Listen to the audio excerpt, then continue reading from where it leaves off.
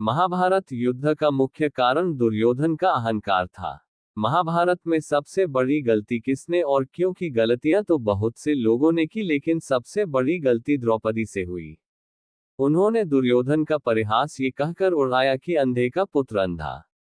जब पांडवों ने इंद्रप्रस्थ का निर्माण किया तब उन्होंने दुर्योधन और अन्य कौरवों को भी अतिथि के रूप में आमंत्रित किया। इंद्रप्रस्थ का निर्माण देखकर दुर्योधन को काफी जलन हुई और पांडवों को जुआ खेलने के लिए हस्तिनापुर बुलाया। दुर्योधन के निमंत्रण पर पांडव हस्तिनापुर आए। दोनों के बीच खेल शुरू हुआ। शुरू में युधिष्ठिर अपना पैसा, आभूषण, अपनी निजी संपत्ति सब हार गया। यहां तक कि उसने अपना राज्य भी दांव पर लगा दिया और उसे भी हार गया।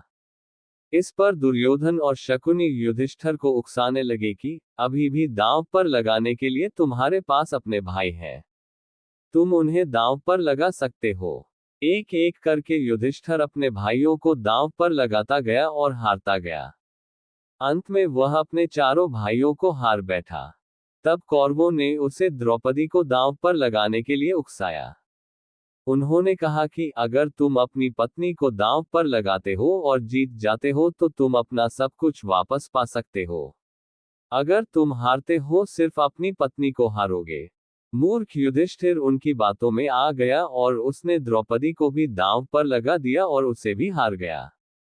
महाभारत में द्यूत यानी जुए के खेल में कौरवों ने पांडवों को छल से हरा दिया।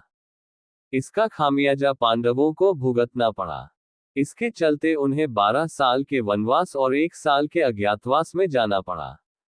पांडव अपनी मां कुंती और द्रौपदी के साथ 12 साल वन में रहे और लौटने के बाद जब अपना राज्य वापस मांगा तो दुर्योधन ने कहा, मैं युद्ध के बगैर एक सुई की नोक के बराबर भी भूमि नहीं दूंगा। इस जीत से दुर्योधन और शकुनी बेहद खुश हो गए।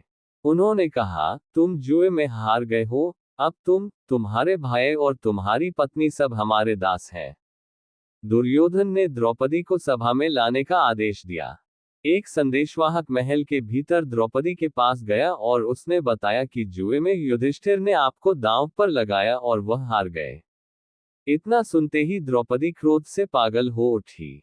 उसने कहा, वो मुझे दांव पर कैसे लगा सकते हैं?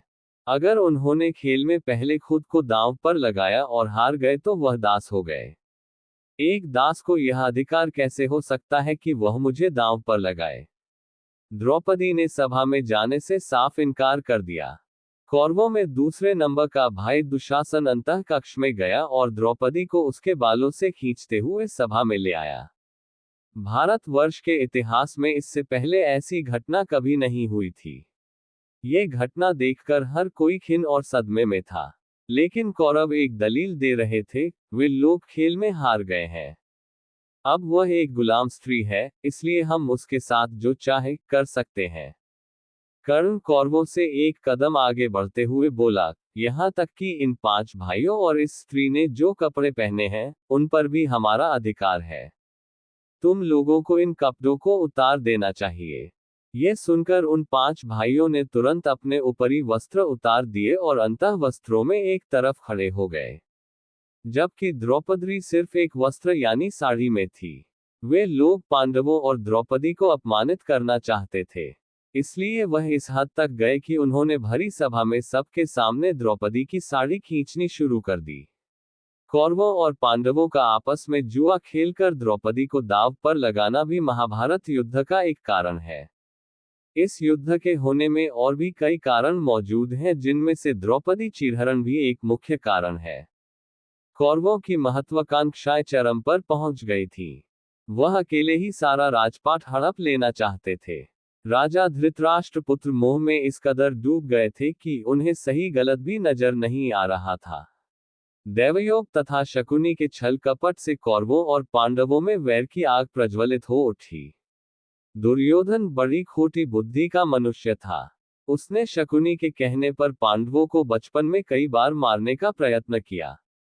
युवावस्था में आकर जब गुणों में उससे अधिक श्रेष्ठ युधिष्ठिर को युवराज बना दिया गया तो शकुनी ने लाक्ष के बने हुए भवन में पांडवों को रखकर आग लगाकर उन्हें जलाने का प्रयत्न किया, किंतु विदुर की सहायता से 5 पांडव अपनी माता के साथ उस जलते हुए घर से बाहर निकल गए।